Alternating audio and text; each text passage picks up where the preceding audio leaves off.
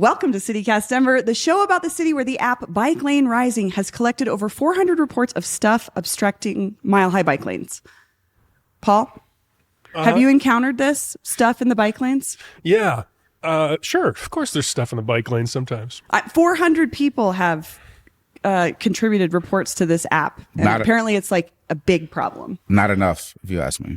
I mean, it could be an undercount for sure. I know this app. It's Bike Lane Uprising, actually. I have it right here. Bike Lane Uprising. Okay, Paul's already. Well, I downloaded it because I went on a bike ride with some bike advocate people a few weeks ago, and they showed this to me, and then I watched them submit obstructions, like a ton. And I think the real story is, because I saw this article in Westword too. Yeah. I think the real story is the person who developed the app, who's this Chicagoan, who's like another one of these passionate bike people, came to Denver to do a presentation for one of these bike groups. So I think just a lot of people downloaded the app and then started using it. Okay. I thought you were saying he created it because we had such bad stuff in the bike lanes, but okay. No. I doubt that there's been any big change in how much stuff is obstructing our bike lanes. I think it's more that this technology was distributed more widely and people started reporting it more Interesting. recently. What we need is this same app for the dog poop situation. And so that people can start. I feel like is there not? Well, I guess, I don't know. Who's collecting that data? You know? That is a great idea. I'm on it. I'm working on it. We're working on it. Dog poop uprising. Okay. Dog poop uprising. Dog poop uprising. Yeah. Would you download that app? I would go see that band. Well, I'm your host, Bree Davies. It's Friday. We're looking back at the big news of the week. We are here at the brand new, beautiful Dude IDK Studios in 5 Points. Have you seen this place? It's gorgeous. Look at this. Those bricks are 200 years old. This is a gorgeous building. He says, no way of knowing if is that. I hazard to guess at Denver's age as the colonized place we know now, it's probably not 200 years. Probably not 200. But you never know. Speaking of bikes, some people might know this space as the old Chocolate Spokes, right? Which was a great bike shop. Right. You know, something happened to. And now it's something else. It has a new life. Here we are now. Hopefully that was a good ending. Did they go through a breakup? I doubt it was an earthquake, but it's no longer here. And now it's this. Change. Beautiful. You've heard both of their voices already. Producer Paul Karolyi is here. Hi. And one of our favorites, you know him. We love him. He's a comedian. I think he's a movie star. He's a performer in this year's Fringe Fest in Edinburgh, Scotland. And he's our favorite man in Casa Bonita in the approved gorilla suit, Joshua Emerson. Hello. Hi. So glad to be here, Bree. How's your morning gone? It's good. It's great. I mean, we're in this beautiful building. Couldn't ask for anything more. Absolutely. Nothing like high ceilings. Sun is shining. That's right. Great light in here. You look great. Lovely. Okay, before we get into the news, it's time to think about gardening. We have this great local gardening expert, Anne-Marie Awad. She's on deck to answer your questions, and we would love to hear from you. What do you want to know about maybe starting a garden or whatever you're working on in your garden coming up this spring? Our number is 720-500-5418. Give us a call. Let us know what we can ask Anne-Marie, and she'll help us out. I have a question. Yeah. What ratio to eggshells to coffee grounds do I need to be putting into my garden? This is a great question. I think we'll take that down and ask her. Thank you for submitting the first question. We've asked for these. A good alternative to eggshells. I'm just thinking about the cost the price of eggs these days. Oh, that's fair enough. Yeah. Well, what else is basic? Tough. I don't know. That's such a specific organic material. Yeah. I don't know. Well, that's for Anne-Marie. We'll figure that out. Our top story. We're putting two things together that we kind of saw this week, two different stories, and we're calling it, will tariffs make Denver less cool? So our first component of this story is the tariff situation. So according to the Colorado Chamber of Commerce, Colorado depends heavily on trade with Canada, China, and Mexico. Canada is Colorado's top trade partner, with the state importing $5.4 billion and exporting $1.6 billion in goods annually. Axios has reported companies like VF Corp, which owns North Face and Vans, saw their stock nosedive last Thursday. Its worst day since 1987. Almost 30% hit to the VF Corp stock. Tough. Yeah, 29%. Not good news for them. Data software giant, if that's what you want to call it, Palantir. I don't want to call it that. I was like, I want to call him Big Brother. Okay, I was like, I was like surveillance technology, defense contractor. Yeah, AI defense contractor. Yeah. I mean, if I was this conspiratorial type, this would be the company I would think of as evil. That's fair enough. As a big brother, I don't like the term big brother being applied to evil things, but that's fine. Yeah, we can move on. Noted. Thank you. I'll make sure to be conscious of that. What else? Oh, Colorado's I'll craft. send a letter to the Orwell estate for you. Thank you. Colorado's craft brewers. We have the fourth most per capita in the U.S. are already facing higher costs tied to 25% tariffs on steel and aluminum, and that was announced last month. So that's one component of this conversation.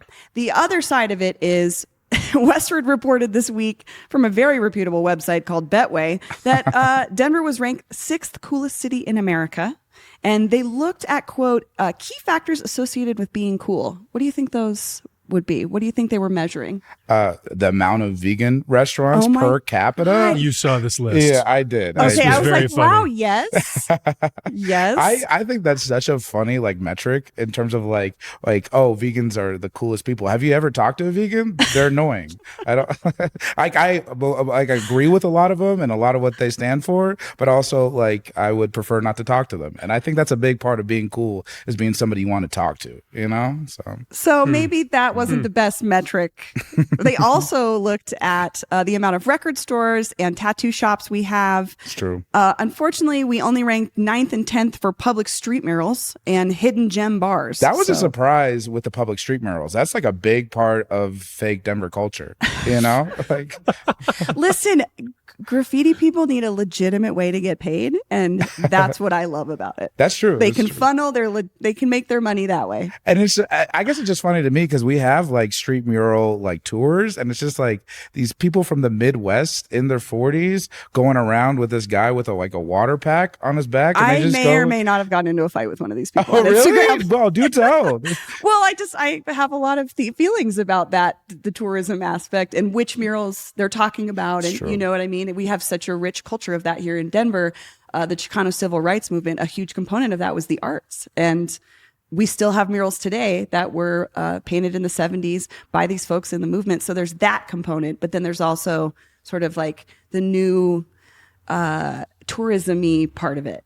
Yeah, a lot of hearts that are geometric. You know what I mean? That say Denver's love. Love this city. Yeah, love it. Yeah. Honestly, those ones I feel like locals find corny. I mean, what you all are saying, but I think those are the most popular ones. You see if them you a were to lot. do an Instagram survey of what's the mural that gets the most attention, it's probably that Love This City one that's The Pat Milbury. super generic. I like the snake one that looks like ovaries. The Don't Tread on Me one. That was over in Ryan. on Crema. Yeah. That one's cool. Oh, I don't know if I've seen that one. Oh, that's pretty It's cool. nice. It's a take on the Gadsden flag, but Sure. with Yeah. the feminist. Sure. Take on it. And then Greg Deal, Daniel C. Walker, they've all done a bunch of murals as a part of I this. love Danielle C. Walker's work. She did some work around the Denver Indian Center on my side of town, and it looks gorgeous. Isn't it nice? Yeah, she's great. Folks, it's art. It's subjective. Yeah, It's true. absolutely.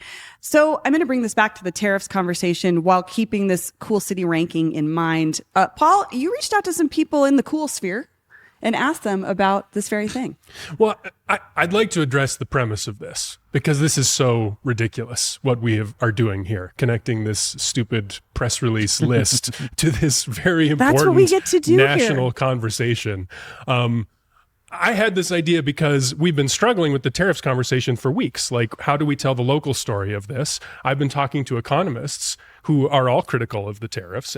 Basically, every economist who was born in the last 100 years says this is a stupid idea, what the president is doing.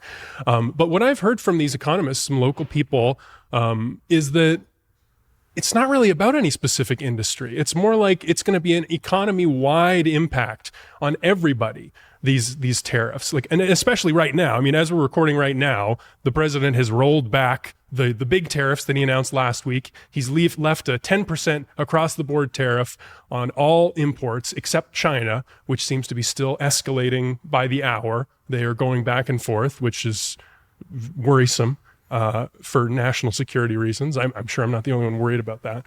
But I think it's just an across-the-board impact. It's going to be on all consumers, on all goods. It's going to hit some things specifically sooner, but it's going to be really everything. So it's totally arbitrary what you look at because every business is going to be affected. So when I saw this coolness list, I was like, why not talk about these things, Why not? If we're going to just be picking out beer or construction, yes, they're all going to be impacted, but why not vegan restaurants and record stores and these cool indicators? So yesterday I spent like 2 hours and I called all the vegan restaurants I know and a bunch of record stores and a bunch of what was the other one? Tattoo parlors. Tattoo spots. Yeah, there was some interesting stuff. Like I talked to probably my favorite call was with Becky Stutzman at Bound by Design on Colfax, which is a tattoo parlor. It's definitely a legacy business. Yeah, it's one cool. of it's been there for a really long time. A mainstay. She's apparently worked in the business for 13 years. I asked her role. She called herself the gatekeeper who does the logistics.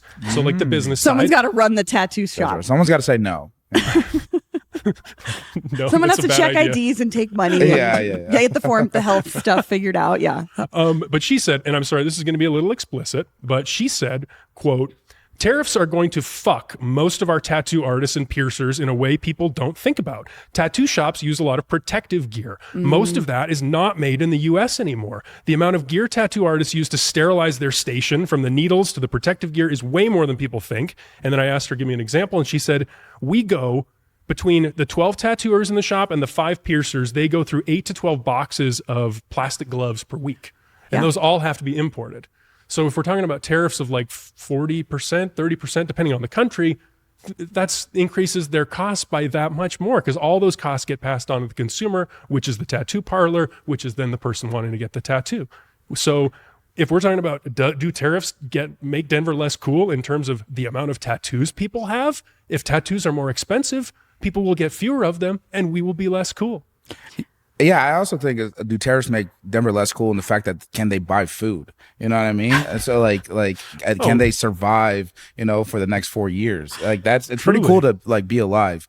And it's everything. It's literally everything. My thought about this in particular was talking to my tattoo artist, Kevin Hennessy. He just said over the pandemic, a lot of folks got into tattooing, as a lot of us maybe changed careers or had a lot of time. And he just said there's a much greater amount of tattoo artists in the city already. So it's sort of saturating the market and it's a lot more competitive than it was. So I imagine this coupled with that could make this an industry where a lot of folks are looking to something else. I know it's gotten competitive. I got these tattoos right over here, over in down by City Park, and then he left the state, came back, and he hit me up, being like, "Hey, you want any tattoos?" It felt like a sales call. It felt like one of those I see that from a lot of folks on Instagram. Come on in today. I have spots open. Yeah. I've got I'll do this style or this size piece for $100. Come on in just today kind of thing. Yeah. Come, sell. Yeah, you can feel I don't want to say feel the desperation, but you can feel that it's not just they can rely on walk-ins anymore and just the idea of Absolutely. a tattoo. Yeah. Who else did you talk to, Paul? The other good ones, I didn't actually talk to anyone from any vegan restaurants, so I might get a call while we're recording. Good. Can I just say, 15. lucky you. Okay. Because I didn't talk to vegans. I love vegans. Hard on vegans today. Really, you're showing a side of yourself about vegans that I'm a little surprised by. I love vegan. I hate vegans. I guess that's really where we're going to land with that. Hey, eat more meat. Folks, the number to call for feedback on anything you hear on the show, if you have any thoughts or opinions, we want to hear them. It's 720-500-5418. Or you can check out the CityCast Denver subreddit. I'm not scared of you vegans, all right? You're anemic. What am I doing? What are you doing? So the other people I talked to that were really interesting were the record store people, which apropos of our conversation yesterday on the show, you talked to Denver Post reporter John Wenzel about Record Store Day this Saturday, Bree. Yeah. So what are these folks dealing with? They're expecting a big business on Saturday. Sounds like they really need it because, like everyone else, they're afraid of the tariffs and the impact of tariffs. Pete Stidman, co-owner of Wax Tracks, one of the big ones. Which has also been expanding in the last couple of years. They opened a second location and then sort of like a pop-up at Stanley Marketplace. So by all accounts, seems like they're doing pretty good. Yeah. I mean, they had been doing good, but they're worried about tariffs, according to Pete. And he told me a couple of interesting things specifically to the record industry. One is apparently most records, like the biggest producer of records in the whole world is in Eastern Europe. Oh, wow. Like the record pressing plant? Czech Republic. Okay. Yeah. So, if there's tariffs on the Czech Republic, all those records are going to be more expensive. It's tough. And then the other thing he said that I didn't realize was the actual raw material that you make the record out of is this thing called, it's a material called raw thermoplastic resin. And that material typically comes from Asia, including Thailand, Taiwan, South Korea, India, and China. Now, China, of course, is one of the places where there's huge tariffs still on. Now, it sounds like we can get that material from other places, but if one of the suppliers is not available or the prices are much higher coming from that one supplier, it means that they're probably going to be higher for those other places. And that means the price of records is going to go up and people are going to be able to afford fewer records. And I think that also, I'm thinking from the artist perspective, at least like smaller level artists that aren't maybe necessarily dealing with a bigger label, they really count on selling those records to make merch is where you make money. And when the record costs more, you have to charge more, and that it just gets harder and harder and the margins get smaller and smaller. So I'm saying this as a person whose husband runs a small record label. So, and it's not only that, but the inflation is increasing. So people's dollar isn't going as further. And then they're also what's scared. A necessity, right? Like, My household spends a large percentage each year on records. It's part of like a business situation for my husband because he's always like checking out new labels and listening to what's going on. But like, that's expensive. And if we're debating between that and like a medical bill or something, like I can see where records are not really high on the list of priorities for most folks. Yeah, so it's getting hit from both sides, both from like the cost of it and from the demand from it. Totally. Yeah. And so it's going to build on itself. I talked to somebody else actually about that piece of how that cycle works of like the demand, the supply, and then what the long-term impacts are, and then like what's the worry point, especially for Denver. So I was talking to Tammy Dorr, who used to run the Downtown Denver Partnership for many years. She's from Detroit. She knows about the cycle of cities, booms and busts. And I was asking her about this, and she said, what you need to look at is employment. You know, at a firm like VF Corp that we were talking about earlier, they had this huge stock hit because people are anticipating sales going down for apparel. You know, there are some speculations that apparel prices could be going up like 5 to 17%, depending on what actually happens with these tariffs, which again we don't know. So if that means people are buying less clothes, less North Face puffer jackets, that means North Face isn't going to be making as much money, but the impact locally is on like retail, on downtown, and then if we see layoffs at VF Corp, it just sends the whole cycle back into hyperdrive because that means even fewer people are going to have that income to be buying those puffer jackets.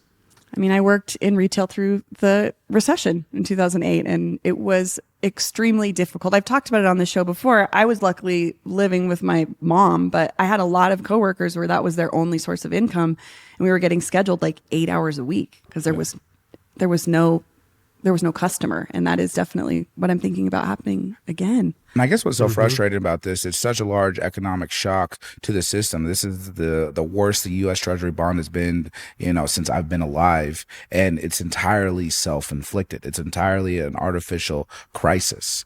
What do you think about that component as someone that's studied economics? Well, it's crazy. There's no other side to the tariff argument. It's something that you learn in Intro to Macro, like right away in terms of the way that tariffs, they hit the consumer most, but they are a tax sort of imposed by the government on its citizens. And the last time we used tariffs was Smoot-Hawley, and that's what made the Great Depression so great, and send us into it. And it's just they are like uncertainty and insecurity, like the not being able to sort of predict what's going to happen in the future, is dangerous because there's this thing called animal spirits. The way that the economy moves, it's dangerous. They can be a mob mentality, and that's how you have people going into the banks and trying to take out all their funds. It eliminates the amount of capital to build and continue to grow as an economy. And when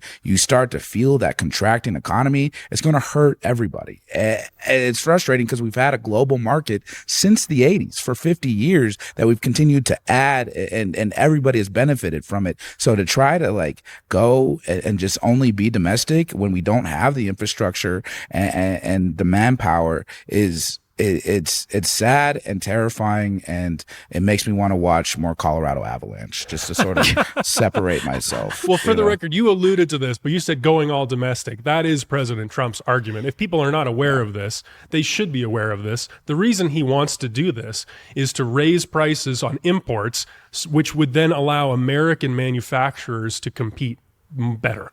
That's the premise of this entire argument. He wants to create this wave of entrepreneurship locally.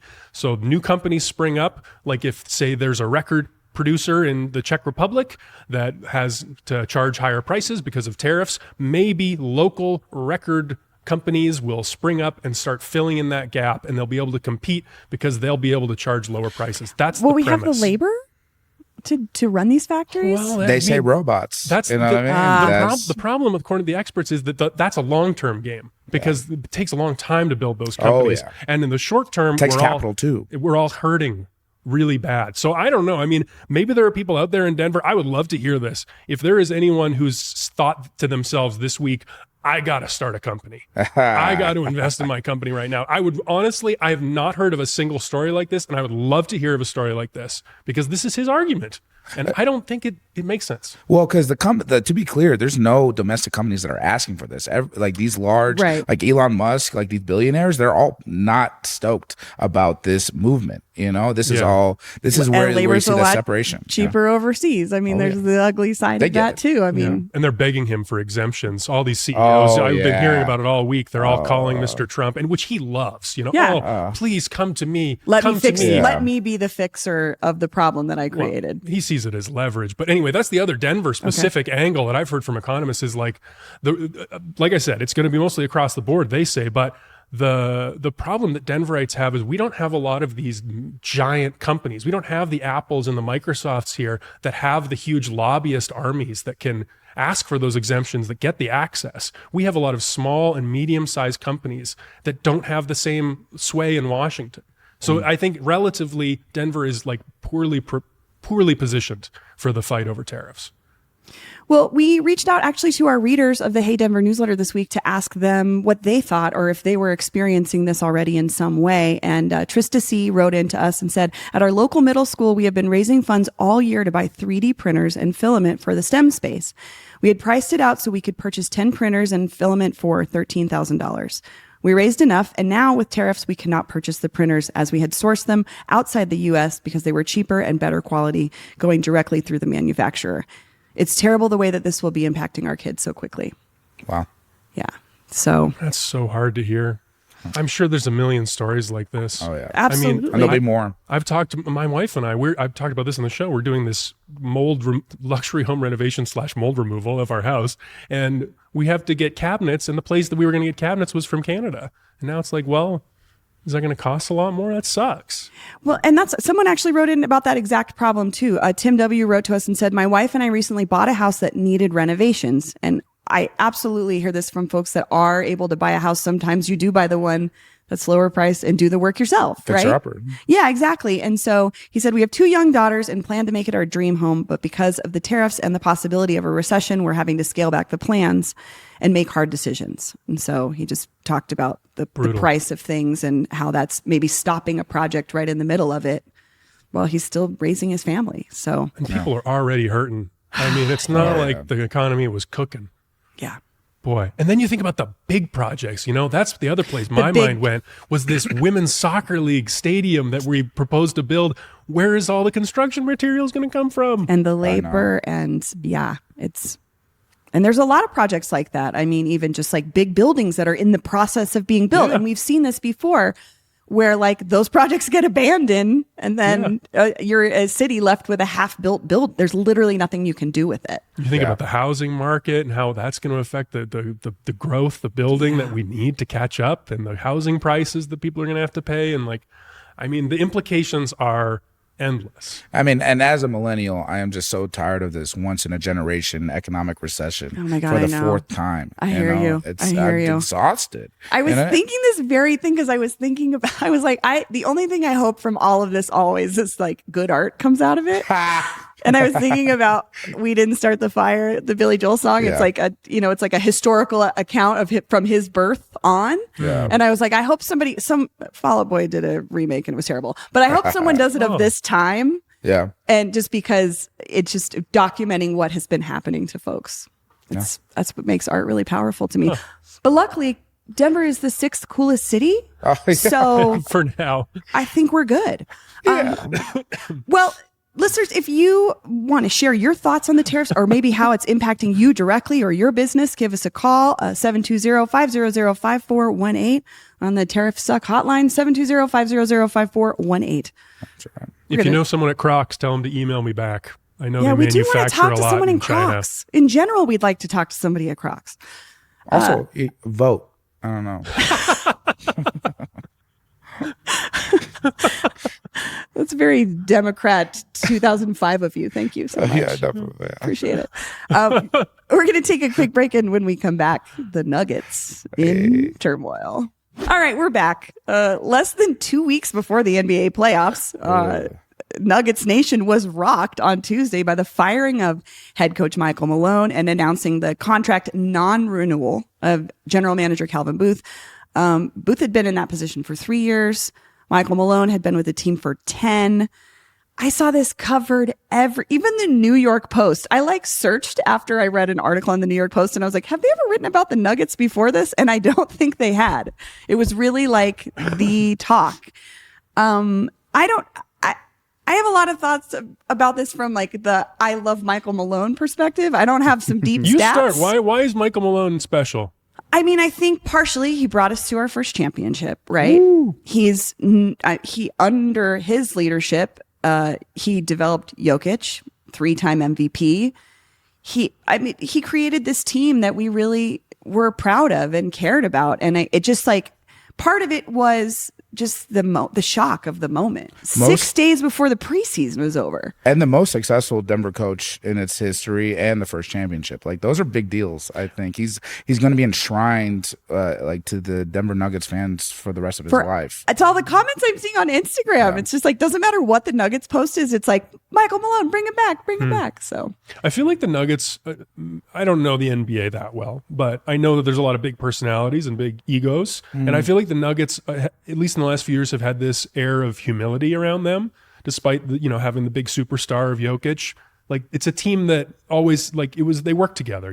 They all supported each other. I would disagree. It's been a known secret that there's been a separation between Calvin Booth and Michael Malone. It was been described as a talk about Cold this. I don't know about this between these two. So really quickly, because I kind of had to look. I was like, what exactly does a general manager do? Right? Okay, good. Manages trades, contracts, negotiations, does most of the building of the actual roster. But then the coach has to be able to work with that lineup.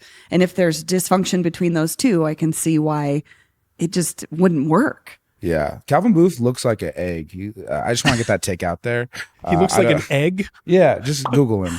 But he looks like a basketball coach. I will say there has been a failure to build around the best player in the NBA, specifically post NBA championship.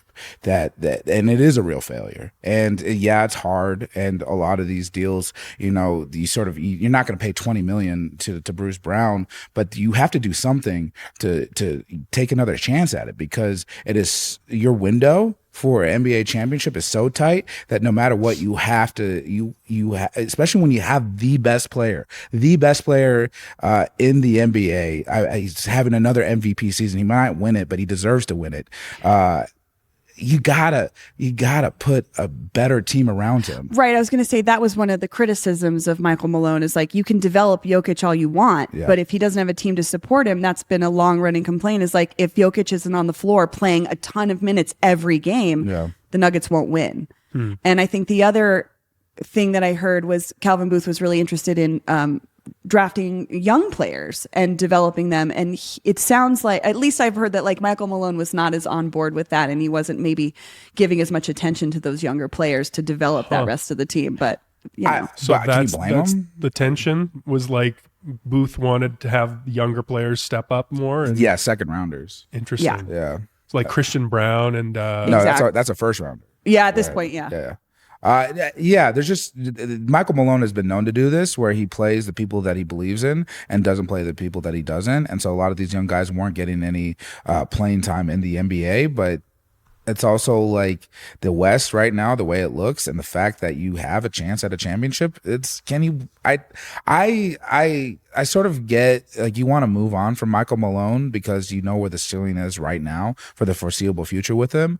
But I'm not really mad at him, and I don't think any of the fan base is either. Everybody, all the Nuggets fans that I talk to have not liked Calvin Booth for a minute, and so in terms of what, yeah, I'm thinking. Oh, go ahead. Well, I don't want to make anyone mad, but I listened to the interview that Josh Kroenke, the son of Stan Kroenke, I was going to quote some of that because I thought it was interesting. The owner who made the decision to not renew Calvin Booth's contract and to fire Malone. He made this decision, and then so he explained it in this interview with Vic Lombardi, who works for Altitude, and he was like, "Just look at the record. They've been streaky. They've had a few wins here and there, but like the trend wasn't good."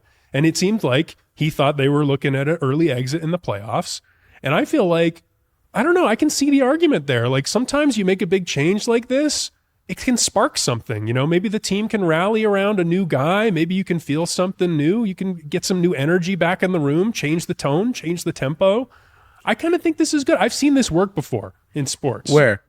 There was a team, the Pittsburgh Penguins did this. The last time they won the Stanley Cup, they had changed their coach like a month before the playoffs, and then they went on a run, and he was beloved. He totally kicked them into gear. And folks maybe say that's already true because the Nuggets won their game on Wednesday, the first game after the situation happened against the Kings. So I will say, I think part of the reason why Josh Kroenke felt empowered to do this is because David Adelman has been such a crucial part of the success. Who they brought in too. Yeah. And he has, I mean, he's been with the team since 2017.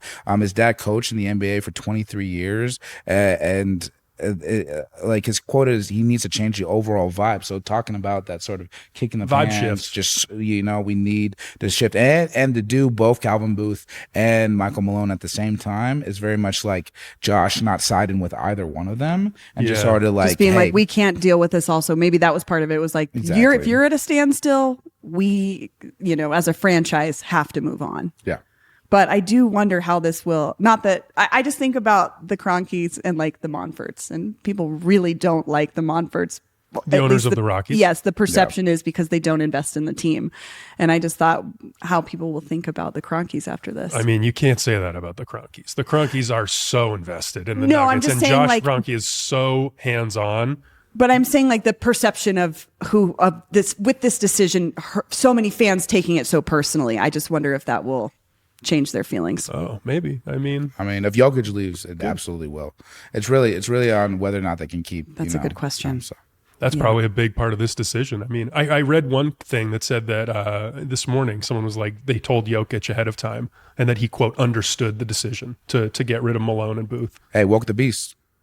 I mean, I also wonder what else he could say. You know what I mean? I imagine he's trying to just he could do have his said, job. "Hell no, don't fire my guy." He could have stuck up for him. This just doesn't seem like his style, I guess. But David Adelman has been Jokic's guy for a long time. They have a really good chemistry on the offensive side. Interesting. Yeah. Let that go Police are here. They're going to arrest me for my takes? No, they're going to arrest you for your shirt. Is your shirt you? Yeah. That's amazing. Yeah. Do you sell those at your shows? No. I did this for a joke, and then I just had it in my closet, and I was like, I'm going to wear it. That feels like a merch item I would buy. You would you? Yeah, because like everybody's always looking for a unique thing from the artist they like. Collar bluff. Yeah. I love it. I'll wear it. Get me one. I'll wear it on the show. Hell yeah. Take it off right now. Just put it. I'll put it on right now. No. What's happening? No. I'm not City asking Cast you to opening do that. OnlyFans? No. Is that what's... No? Oh, well, I would be involved. Okay, well, let's move on from Joshua's shirt. I was going to say before we go, if you'd actually like some analysis on this situation, the DNVR Nuggets podcast was great about it. Locked on Nuggets was great about it. Bill Simmons had some deep analysis about it that I watched last night. I mean, honestly, you don't want to hear my take on the stats? You don't want to hear my deep dive? Oh, I didn't do that. I figured you did it. I was like, why would you do that? I can't wait to hear the chicken and the nuggets take on this, honestly. Yeah. Shout out to Jacob Rupp of Dude IDK Studios. His co-hosting that show. Great show. All right, we're going to take a quick break, and when we come back, our Rocky Mountain highs and lows. We're back. Our Rocky Mountain highs and lows of the week, wins and fails, things that ruled, things that sucked. Start with fails, as always, so we can end on a high note. Joshua, what's your fail this week? My fail, I just want to make sure the story doesn't die, is the amount of dog poop in Denver. I accidentally stepped in some when I took my dog out for the park. Ever since he's mentioned that, I cannot stop seeing it all around my neighborhood. And it's become your focus. Yeah, I'm dreaming about it now. I'm sorry. Which is, I can smell You're it in my dreaming about dog poop. Yeah, and not in the good way. What Is there a good way? Like, what if the dog poop was made out of chocolate? And you could just not. Maybe it's like the emojis, the poop emojis dancing. And Yeah. you're dancing with them hand in hand. I tell you what, if the dog poop was dancing, I would like it more. Yeah, me too. Me too. We're working on this dog poop thing. If you have a take, it's not too late. We're getting ready. We got some data. We finally got some results to share soon, very soon. The big Denver dog poop investigation. We're going to reveal it to the world. I'm very excited about this, but it's not too late to get your take in. We want to hear what you think. Does Denver have a dog poop problem? 720-500-5418. This is how you win a Pulitzer. Okay. I friggin' hope so. I think we got some really good stuff too. This turned into a real thing. I can't stop seeing it. It's everywhere. Me too. I'm seeing it on AstroTurf. That was my theory going into this, was the neighborhoods where there's a lot of AstroTurf lawns instead of grass, the dog poop wouldn't seep. God, and it would just stay seems gross. on the It's surface. so much grosser sitting on plastic. Yeah. Ugh. But anyway. Paul, what's your fail?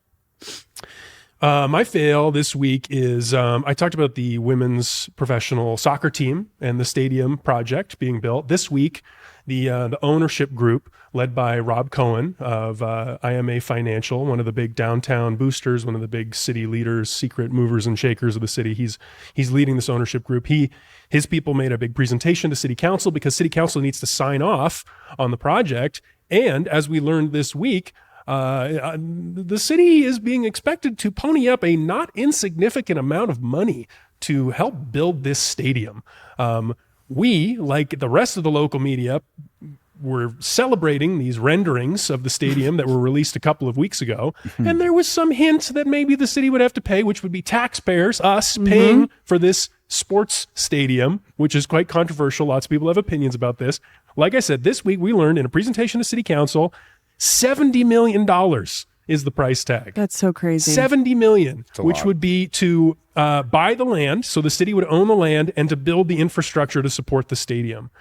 That's so much to ask of a city that has a lot of other things that $70 million could go to right now. I mean, especially now. I asked for a comment from Rob Cohen, and I haven't heard back from him. I'd love to talk to him about this and the tariffs and everything. Yeah, I was going to say the current economic climate feels like a bad time to be announcing this. Yeah.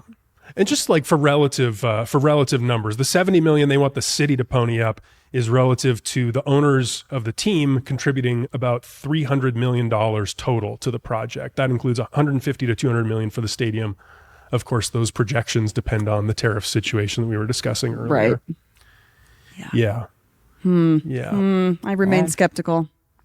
I think it's the whole tariff situation. I think is going to delay this. I'd imagine it's tough to have this type of investment under this economic situation. The bummer I feel about that aspect is people have been waiting so long for something to happen in this giant empty section in the middle of the city, and I think there was a lot of energy around development happening there, and maybe better infrastructure and maybe better pedestrian and bike friendly structure and a connection between Ruby Hill and this section of the city. There was a lot of hopefulness around that. So that's kind of it's also tough. a bummer. It would have made better neighborhoods. Yeah. You know what I mean? It would have driven a lot of another place you could sort of not have to go to downtown to afford to have a good life. Anyway, you can't avoid downtown. Yeah. I mean, as a neighbor, as a Denverite, I'm still excited about that dream personally. But what I worry about is the politics. Like the team built up all this momentum and excitement around, oh my God, new franchise. They say over 10,000 people, including myself, signed up to do pre-orders of season tickets. And now we know city council has to vote on this. So there's all those 10,000 people that are excited about this team in the stadium.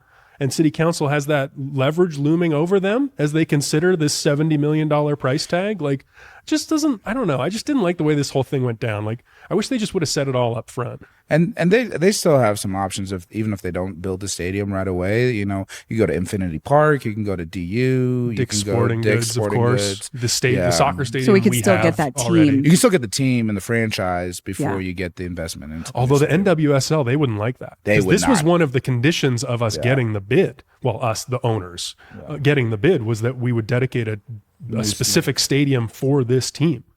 Because that's connected to revenue. And it's worked great for Kansas City. It's right there on the river, and so it was a huge success. But they had Patrick Mahomes and Brittany Mahomes involved too. So where's our and a little celebrity star Jokic. power? Hello, All right. hello, Mr. Jokic. It's true. Good.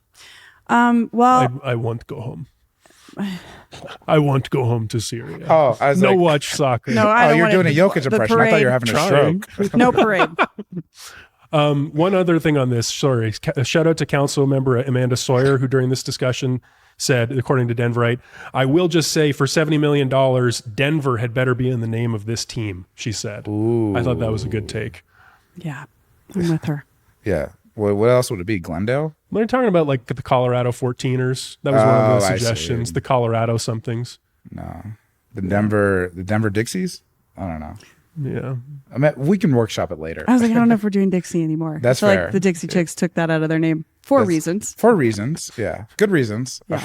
I'm on the right side of history. Well, I'll share my fail so Yes, we can move please. on to some happy things. This is really a low with hopefully some light at the end. Michael McGrath, who's a prolific and talented concert photographer here in Denver, he's shot probably thousands of concerts over the 40 years. He's been like local shows, big shows. I've seen him everywhere from the Mercury Cafe to Ball Arena, shooting shows. He was diagnosed with a rare and especially aggressive form of cancer. He's stage 4.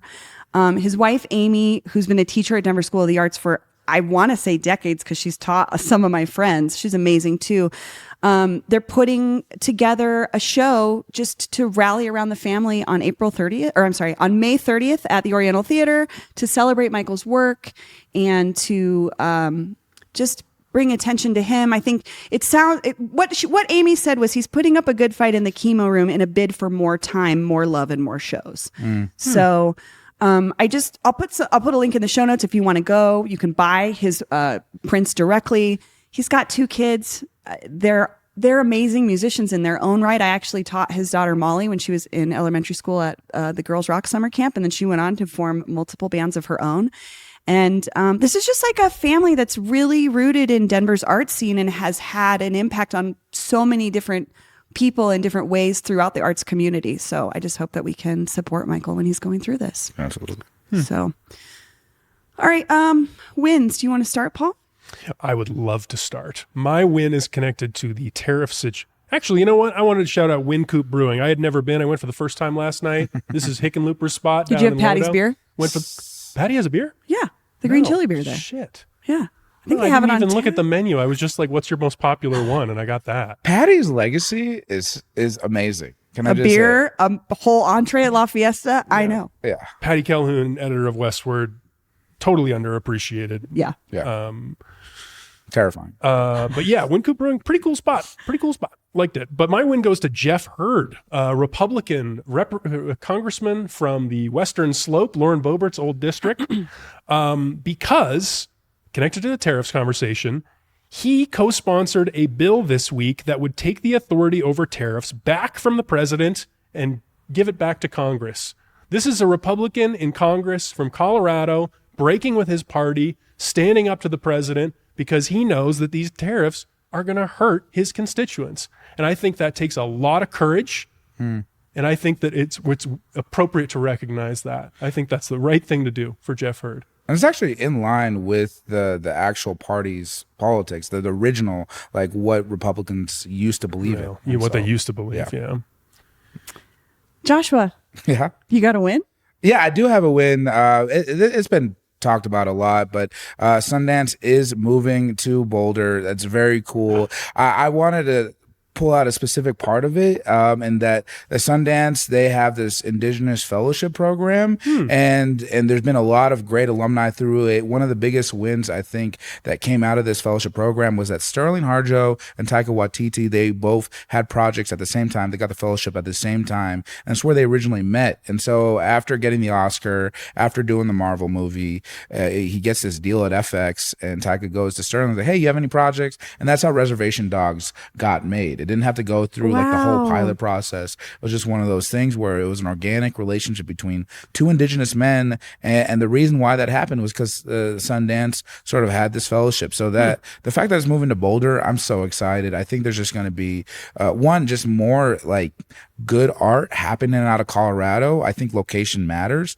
in terms of being able to volunteer, being able to be exposed. That's what I was thinking too, is just like jobs for folks in and around the film industry, which I know is a lot of folks like you, creative folks that maybe are making art in other ways, but this is one of those, it's not a side job, but it's often a job where you can connect with other folks. Oh, absolutely. You know? You find the people that you're meant to find. Yeah. And that's exciting. And so it's a good way to look at it. Yeah. So I appreciate that, because there's been, it's been a complicated conversation around like it moving. I get that, yeah. But that's a good way to think about it. I like that. The Sundance thing, I want to connect this back to one of my obsessions, this whole debate over the tipped minimum wage and this bill going through our state legislature, because I heard from a source recently that that Boulder City Council actually recently endorsed the bill after being undecided on it. The new version of the bill that gives power back to local municipalities to lower the tip minimum wage should they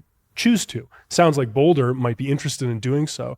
And one of the big parts of that discussion was Sundance. Now that Sundance is going to be in Boulder, people were saying, will there be any restaurants left to support all these filmmakers and film lovers who show up? So this is apparently this is how the governor is thinking about it too. The governor is very excited about Sundance, and this whole like restaurant crisis narrative that we've been talking about a lot in Denver had sway in Boulder. Their whole city council, they endorsed this. Isn't that interesting? This is the fact that like, is Boulder going to have restaurants? Yeah, they're going to have restaurants. All right. Elon Musk's brother lives in Boulder. Like, they have so many millionaires that are able to pay like a living wage. You know what I mean? Like there's a lot of boohooing about this that is kind of frustrating. Maybe it'll bring back the late night restaurants at least. That'd because these kinds of things, you have to have stuff open late for folks that are working these festivals, and you know what I mean? Like, yeah, hopefully one of them is a vegan restaurant. All right. Joshua will be there, first guy in line. Too late, my man. Oh, damn. Well, I'll close this out. My win this week goes to me. I'm really proud of myself, giving myself some credit. I started composting again, everyone. Because Amy Ford, the head of Dottie, told me personally 6 months ago in an interview on this very show that if the city didn't pick up my compost, to let her know. So 6 months later, I'm finally following through and starting to compost again. So I put on my Did you tell her? Did you complain to her or something? On the show, I talked to her I explained my situation. I said I'd been a composter for 15 years and they stopped picking it up. So I stopped composting because my husband was like, we have this giant bin of rotting garbage on the side of our house. And she said, let me know if they don't pick it up. And so I'm going to do it. I put my bin out last night. We'll see. We'll see. Fingers crossed. Wait, so they are picking it up? She told me that to let her know. And I was like, okay. And then I never started composting again. So I finally was like, all right, you know what? I'm going to do it. And I'm going to trust that the city's going to come pick it up because Amy Ford said they would. And if they don't, call her bluff. I mean, I'll just email her and be like, hey. So we'll see. My composting is back on track. Oh, we'll have to check in on this. Yeah. Pretty proud of myself. Good for you. For Thank you. Feeling very smug about it. Well, this is it, Joshua. Yeah. Joshua's got a plug. Joshua's got an event tell this us weekend. what's going on this weekend. Oh, yeah. I was like, do I? Yeah, I do. Hey, guys, I'm going to the Edinburgh Fringe Festival. We're fundraising for that. You can find that on my Instagram at Danger Emerson. But we're doing some warm-up shows this Friday, which is today. Oh, my gosh. Wow, I'm coming to you from today. Tonight at the Savoy in this neighborhood. Isn't that crazy? Oh, Beautiful. cool. Curtis Park. Curtis Park. It's called Dead Man Talking. Basically, we're doing some stand-up. I have a dead mom. My partner has a dead dad, and so we're going to be doing a show around how comedy is our natural reaction to the grief of losing a loved one. And so we'll be doing some stand-up around that, interspliced with improvised eulogies. So we'll have crowd submissions, and then we'll just be riffing off of what people give us. And it's the first time we're doing it. Is today, and I'm terrified, but I'm so excited. And it's one of the first steps in this long journey to do the largest art festival in the world, a big bucket list of mine, and I can't wait. I'd love for you to be there. So today, and then May 2nd at the Bumport Theater as well. We'll put some links in the show notes for folks who can learn more and buy tickets and such. You made a documentary about the last big show you did, the Netflix is a Joke. Are you going to do a doc about Edinburgh? You know, Jeff is a very busy guy now. It's weird how success has made him busy now. Your friend unavailable super to you. Cool, whatever. That's great. But yeah, I think he's gonna be coming over for a week, and we'll film some of the shows then. So shout out to Jeff Stonick. Yeah, sure. We'll be watching your journey on Instagram. Yeah, it looks like a chubby Jeff Dahmer. You know what I mean? But somehow you need to be nicer to your friend. I am nice to him. All right, we're in Series Fest. How much nicer can I be? We got into Series Fest. He didn't even want to apply. All right, you just compared him to Jeffrey Dahmer. Well, he needs to stop eating people. Oh my goodness. Okay. Well, You're ending the show, Bree? Joshua, Paul, thank you so much for joining me. Thank you for having us. Yeah, don't eat people. That's all for today here on CityCast Denver. Our producers this week were Paul Karolyi, Olivia Jewel Love, Elizabeth Kama, and Selena C.A. Reynolds. Adam Sage edits the video for YouTube. McKenna Hartford writes our morning newsletter, Hey Denver. Abby Madigan runs our social media, and I'm Bree Davies, your host. Our music is by Los Mocochetes with additional mixing by Tyler Lindgren. If you haven't already, subscribe wherever you get your podcasts, follow us on Instagram at CityCast Denver, and tell Josh Kroenke about us next time you see him. You can sign up for our daily newsletter and learn more about us at denver.citycast.fm. See you next week.